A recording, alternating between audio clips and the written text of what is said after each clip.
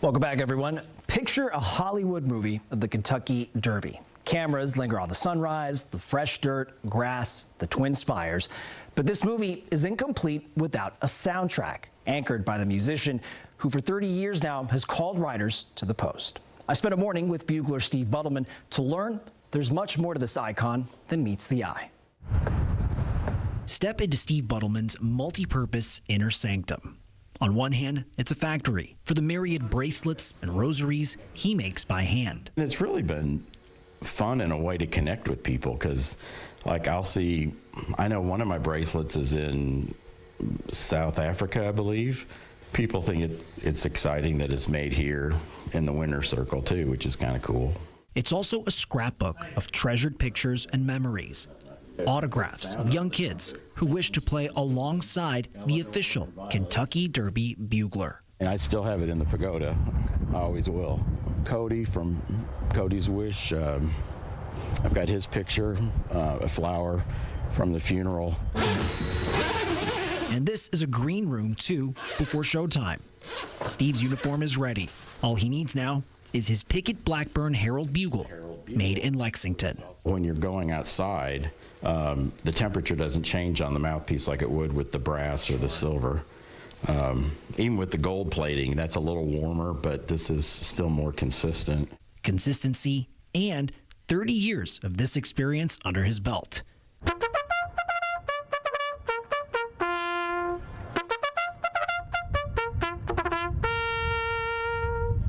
But even seasoned pros need their routines to stay focused on Derby Day. When I come out, I mean, it's easy to find something to get distracted.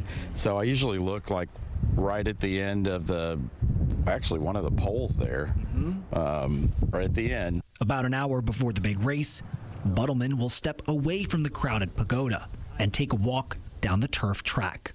When I get to the top of the stretch up here, I turn around and I see the twin spires and people in all their regalia and having a great time. Hopefully the sun's out like this, and I just think, gosh, wow, what did I do to get to be the guy? And I just say, thank you, God. Please help me not screw up. Even when things aren't picture perfect, Steve's charisma and talent shine through.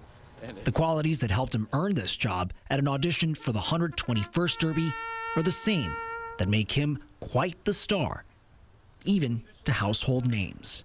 I had a family here, probably was going to stick around because I'm not silly enough to think that I'm the greatest trumpet player that, ever lived or anything. I feel grateful to be a part of every Derby, but the 150th definitely. It'd be nice to be around for 175, but I think you got that. Well.